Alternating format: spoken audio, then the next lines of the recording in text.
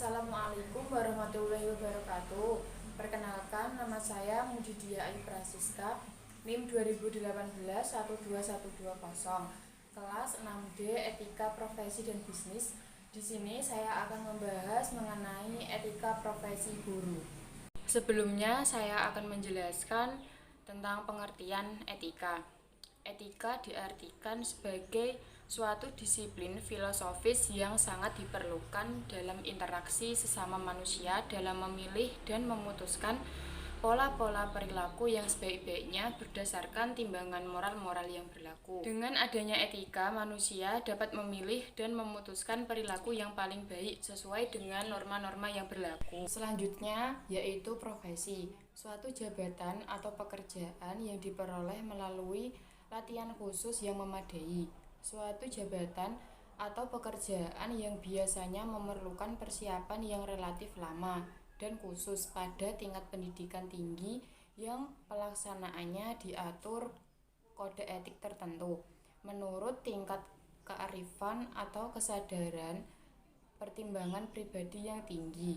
Dengan demikian, kode etik keprofesian pada hakikatnya merupakan suatu sistem peraturan atau perangkat prinsip-prinsip keperilakuan yang diterima oleh kelompok yang tergantung dalam himpunan organisasi keprofesian tertentu.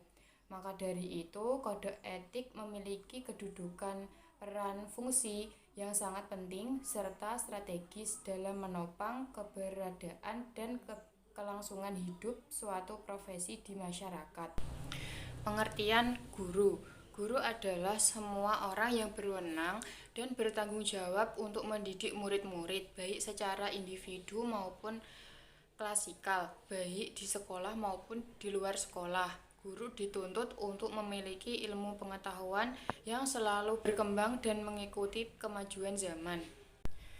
Etika dalam profesi keguruan. Sebagai tenaga profesional, guru dituntut untuk selalu mengembangkan diri sejalan dengan kemajuan ilmu pengetahuan, teknologi, dan seni. Untuk itu, dalam melaksanakan tugasnya, guru harus memiliki etika. Sasaran etika profesi keguruan adalah: yang pertama, etika terhadap peraturan perundang-undangan. Yang kedua, etika terhadap organisasi profesi. Guru secara bersama-sama memelihara dan meningkatkan mutu organisasi PGRI sebagai sarana perjuangan dan pengabdian. Seluruh anggota profesi guru diwajibkan untuk selalu meningkatkan mutu dan martabat profesi guru itu sendiri. Yang ketiga yaitu etika terhadap teman sejawat. Dalam hal ini, kode etik guru menunjukkan bahwa pentingnya hubungan yang harmonis perlu diciptakan dengan mewujudkan perasaan persaudaraan yang mendalam terhadap sesama anggota profesi. Selanjutnya, yang keempat, etika terhadap anak didik. Dalam kode etik guru Indonesia dituliskan bahwa guru berbakti membimbing peserta didik untuk membentuk manusia seutuhnya yang berjiwa Pancasila.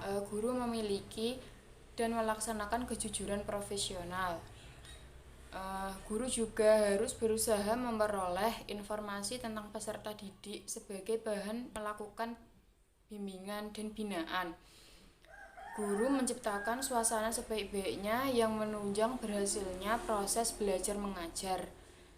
Guru juga memelihara hubungan baik dengan orang tua murid. Guru yang profesional harus mampu memanfaatkan fasilitas yang ada dalam rangka terwujudnya manusia seutuhnya sesuai dengan visi pendidikan nasional. Dan yang terakhir, yang kelima, yaitu etika terhadap pemimpin.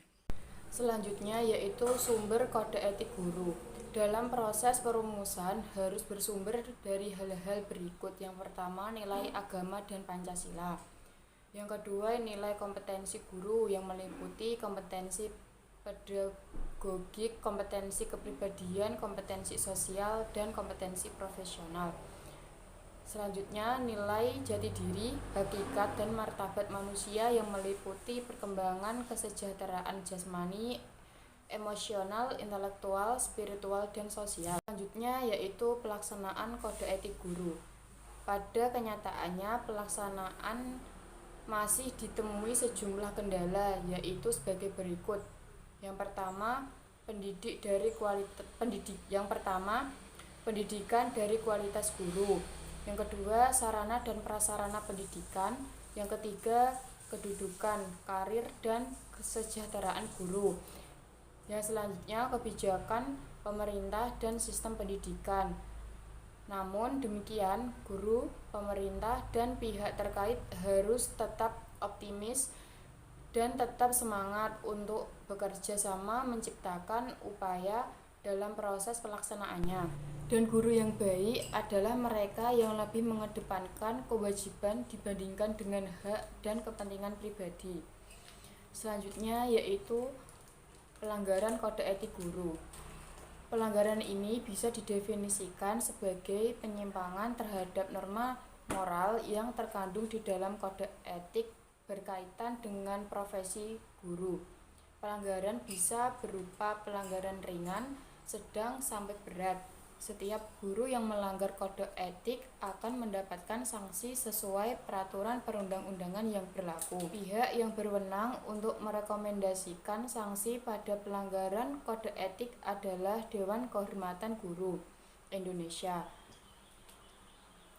Pemberian sanksi harus bersifat objektif, tidak diskriminasi, dan tidak bertentangan dengan dasar organisasi profesi dan perundang-undangan.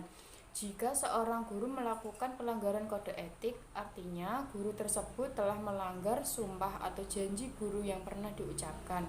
Selanjutnya, saya akan membahas mengenai etika lingkungan untuk bisnis. Yang pertama, harapan etika. Etika profesi dan bisnis dipengaruhi tentang adanya harapan dari masyarakat ataupun stakeholder lainnya. Harapan ini dipengaruhi dengan perubahan terhadap etika profesi dan bisnis yang sudah ada. Dengan demikian, etika profesi dan bisnis yang ada akan selalu ada inovasi ataupun upgrade untuk memenuhi kebutuhan stakeholder maupun tuntunan zaman saat ini. Yang selanjutnya yaitu mempertaruhkan kredibilitas, reputasi, dan keunggulan kompetitif. Dalam dunia bisnis, banyak orang yang mempunyai minat dalam bisnis. Pemangku kepentingan dalam bisnis antara lain pemegang saham, karyawan, pelanggan, kreditur, pemasok, pemerintah, masyarakat lokal, dan aktivis. Usaha dalam bisnis dapat tercapai tujuannya melalui dukungan dari pemangku kepentingan tersebut. Dukungan sebuah bisnis tergantung pada kredibilitas yang ditempatkan pada komponen perusahaan, reputasi perusahaan, dan kekuatan daya saingnya.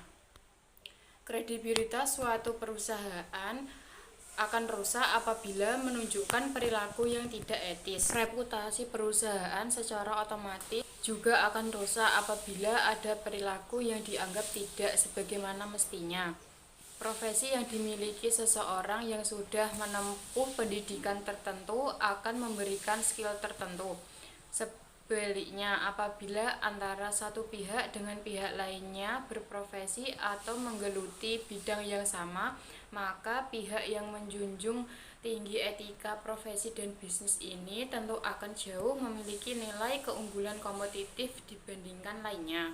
Adapun faktor-faktor yang mempengaruhi harapan publik untuk perilaku bisnis yaitu yang pertama, fisik atau lingkungan, moral, penilaian yang buruk, aktivis pemangku kepentingan, ekonomi, persaingan, penyimpangan keuangan, kegagalan tata kelola, akuntabilitas, sinergi, dan yang terakhir, penguatan hukum kelembagaan. Selanjutnya yaitu harapan baru untuk bisnis. Perubahan-perubahan dalam harapan masyarakat telah memicu sebuah evolusi.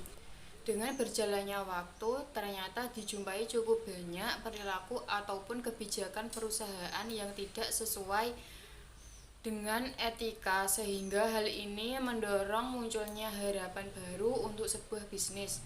Harapan baru tersebut antaranya yang pertama, mandat baru untuk bisnis, yang kedua, tata kelola dan kerangka kerja, akuntabilitas yang baru, dan yang terakhir, peranan fidusia yang diperkuat bagi akuntan profesional. Sekian penjelasan video dari saya. Kurang lebihnya saya mohon maaf. Wassalamualaikum warahmatullahi wabarakatuh.